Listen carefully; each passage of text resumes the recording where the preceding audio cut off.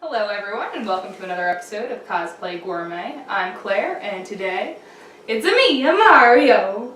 And for the new release of the Mario Party, got my amiibo here. We're going to do some Mario Party themed foods. So the first one we're going to do is kind of a spaghetti and meatball appetizer, and the second one we're going to do is some stuffed mushrooms. So tune in and enjoy.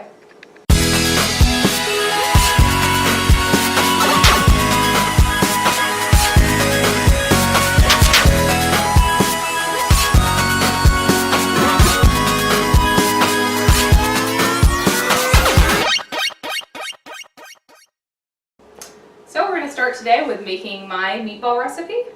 We're going to need about 2 cups worth of breadcrumbs. I know it seems like a lot of bread, but it's the way I make them and I think that they turn out great. About 3 cloves of garlic chopped, a pound of ground beef, about 3 lengths of spicy sausage, half a cup of milk, some minced onion, it's about a half an onion, about a half a cup of Parmesan cheese, some salt and pepper to taste, just some Italian seasonings, 2 eggs, and just some olive oil to coat your pan to cook in. Alright, so spaghetti and meatballs is of course an Italian dish. You may not associate it as much with Super Mario Brothers, but we're kind of doing a throwback to the Super Mario Brothers Super Show where we had pasta power. And so let's get started. I'm going to go ahead and I'm going to mix my breadcrumbs with my egg and my milk and all my seasonings. So I'll start with cracking some eggs.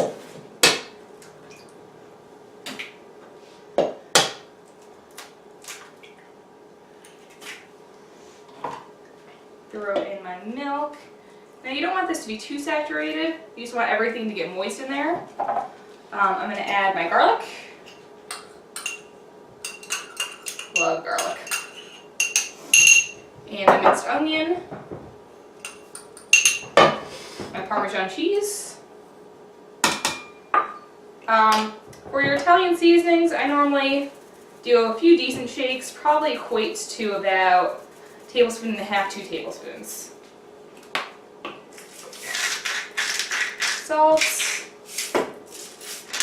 Pepper.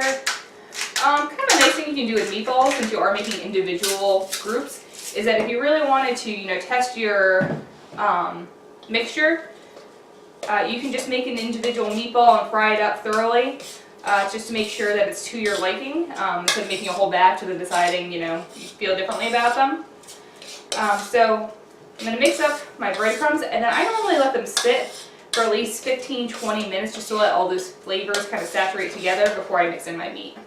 Now while my breadcrumbs are kind of resting and getting all saturated, I'm going to go ahead and start up my frying pan. I'm going to put it to high and just put enough olive oil in to coat the bottom of my pan. So I've made sure that my hands are washed. My breadcrumbs have all been saturated with all that garlic and yummy goodness. So I'm going to go ahead and I'm going to start breaking up some of my meat and mixing it in with my breadcrumbs. I like to break it up as I'm adding it, so that when I'm working it together, I'm not going to overwork it. They're already kind of together.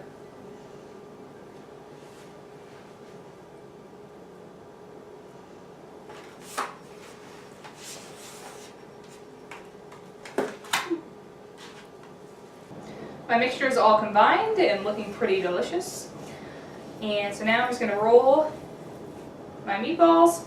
I normally do about 2 and 2.5 inch balls. They do cook down a little bit as you're frying them. I think that's a good size, but it's really whatever your preference is.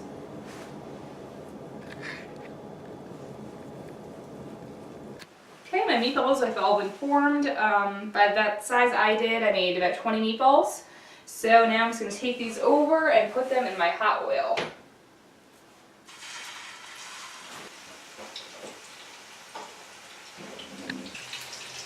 So my meatballs are going. I'm really just doing this to brown them on the outsides.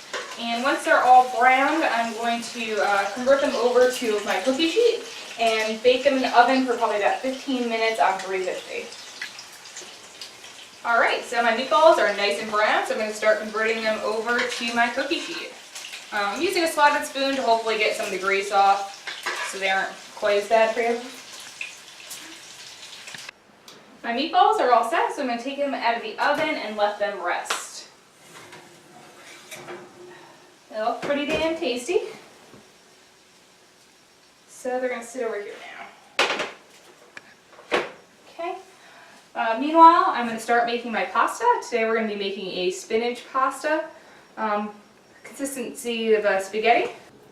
So for our spinach pasta, I have 4 cups of all-purpose flour sifted. We're going to need 4 eggs, and then I've already thawed a 10-ounce package of frozen spinach that was chopped, and I'm just going to puree even more to go ahead with our texture of the pasta. So I'm just breaking my 4 eggs into my mixer bowl.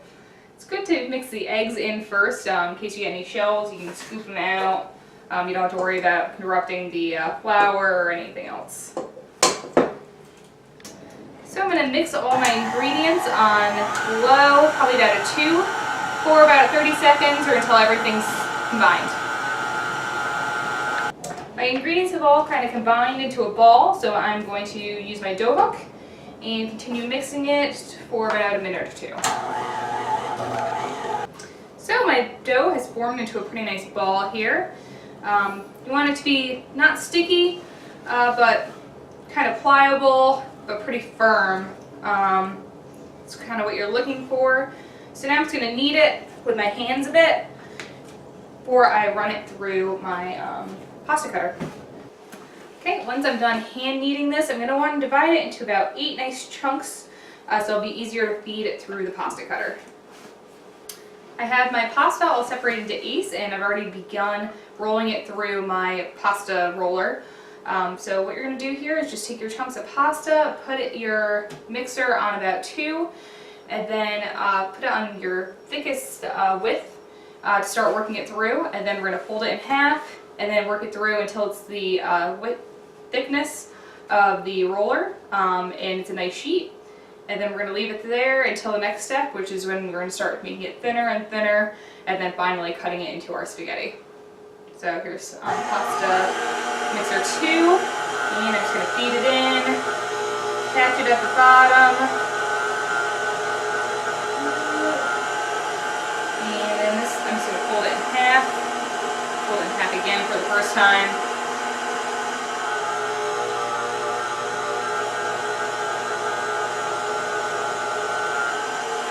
You can see how there's some holes possibly, and you just want to keep running it through until it's the consistency you want without the holes.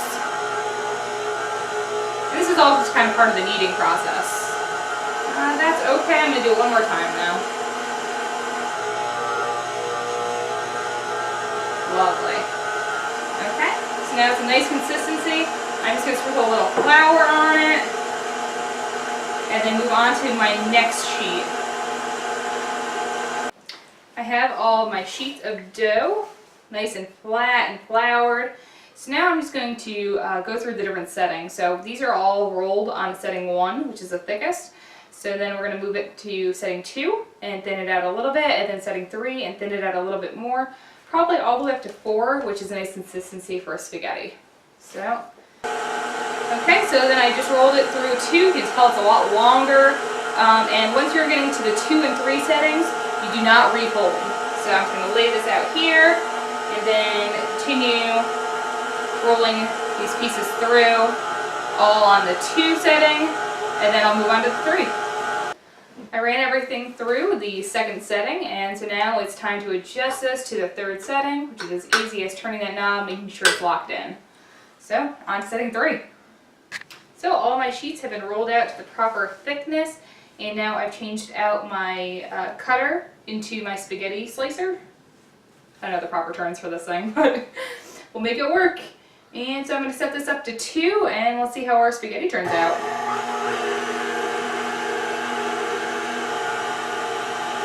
Ooh, looking good.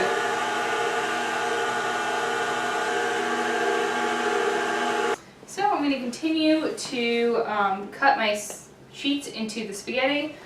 Just to note, I did cut these in half so that they're a little bit easier to work with, and it looks like this is going to make a lot of pasta. So if you want to freeze it, you can freeze it. You want to lay it out onto flat sheets and let it dry first. and form it into kind of little nests for the freezer, just for convenience of sizing. And the rest we're going to throw right into some boiling water and make our spaghetti. Okay, to go with our spinach pasta, we are going to be making a pesto, which is actually one of the easier sauces to make, and it's pretty deceiving. So for this, you're going to need about 2 to 3 cups of fresh basil. How much, it's hard to measure, but decent handful, I would say. Half a cup of Parmesan cheese, about 3 to 4 cloves of garlic, half a cup of pine nuts, and a half a cup of olive oil, and salt and pepper to taste. And so, all I'm going to do is I'm going to combine these all in my little mixer here, and voila, pesto. And as you can see, we have a nice thick pesto paste, and it's going to be great on our pasta. I just put some water on to boil so I can drop my pasta in, and then we'll be all set. Okay, I have a pot of boiling water here, so I'm just getting ready to throw in my fresh pasta. Some of it's kind of stuck together a little bit, so I'm just kind of separating them out before I throw it in. And let's go. Now, since this is fresh pasta, it's going to take about 2 minutes to cook. It's very, very fast. So, now that your pasta is cooked, you're going to use a cupcake tin.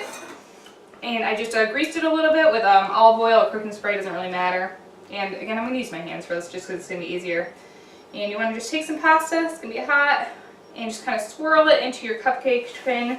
Because what the idea of this is we're going to put it in the oven for a minute or two. Actually, probably 10-15 minutes. And then it's going to take the shape of the cupcake tin, and then you can serve it on a plate where it'll be, individually sized meatball and spaghettis for your party guests. I have my cupcake tin all filled up with my pasta. It's nicely tucked into each tin. So now it's time to add some sauce. So my pesto is pretty thick. It's a little bit of a paste. So I'm just going to add a little bit of milk or cream, whichever you have, just to make it into a nice kind of sauce texture. It's probably going to just be a 1/4 cup. And then I'm going to pour it into each individual tin. Okay.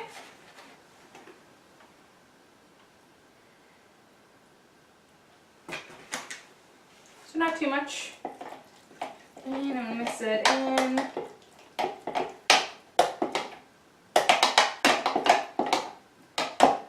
add a little bit more. There we go.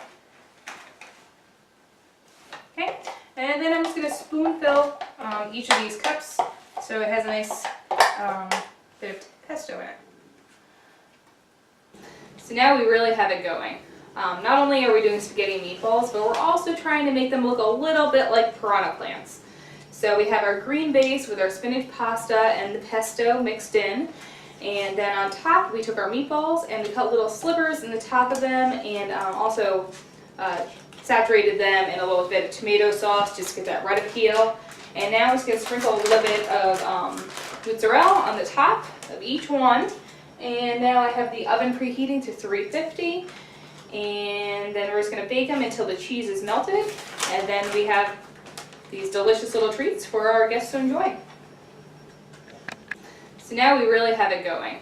Not only are we doing spaghetti meatballs, but we're also trying to make them look a little bit like piranha plants. So we have our green base with our spinach pasta and the pesto mixed in. And then on top we took our meatballs and we cut little slivers in the top of them, and also saturated them in a little bit of tomato sauce just to get that red appeal. And now I'm just going to sprinkle a little bit of mozzarella on the top of each one. And now I have the oven preheating to 350.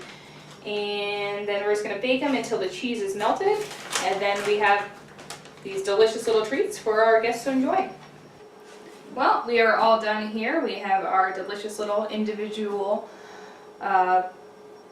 spaghetti and meatballs ready for our guests to enjoy. So they did fall apart a little bit. I think I could have cooked them a little bit longer for them to stay in their molded shape better, but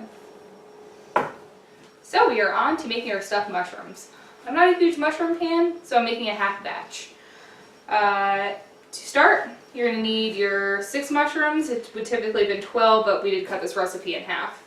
So 6 mushrooms, sleeve of Ritz crackers, finely chopped, 2 tablespoons of garlic, a half a block of cream cheese, red pepper flakes, salt and pepper, Parmesan cheese, all those is just kind of to taste, and then just enough olive oil to coat your pan. Okay, so I'm just going to put my olive oil in my frying pan and turn that on to a high heat.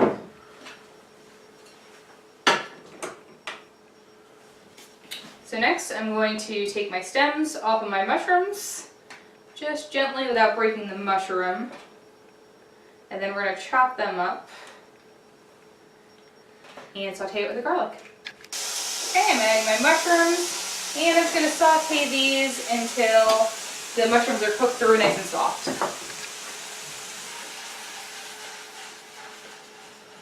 So my mushrooms and garlic are almost done sauteing. So I'm going to go ahead and I'm going to add my cream cheese into my food processor with the breadcrumbs. Because I'm just going to take that garlic and mushrooms and toss it right in here and then mix them all together real easy.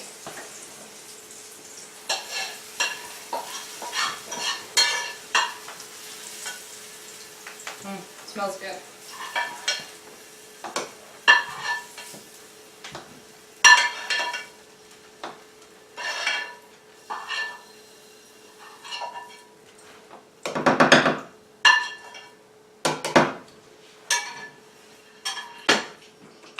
I'm going to go ahead and preheat my oven to 350, and then add my seasonings here, some red pepper flakes, some nice spice, a little bit of Parmesan cheese, pepper,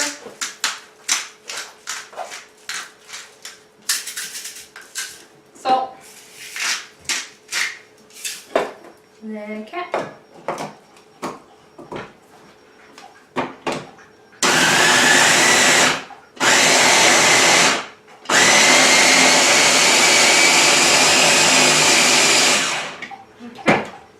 Should be pretty thick. It's the way we want it.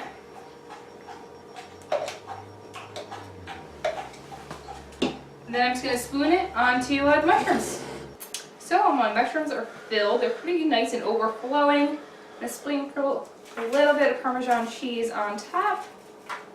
And then throw them in the oven for 20 minutes on 350. So I hope you enjoyed this episode of Cosplay Gourmet. We have our stuffed mushrooms all ready to go and our spaghetti and meatballs. So come on and party.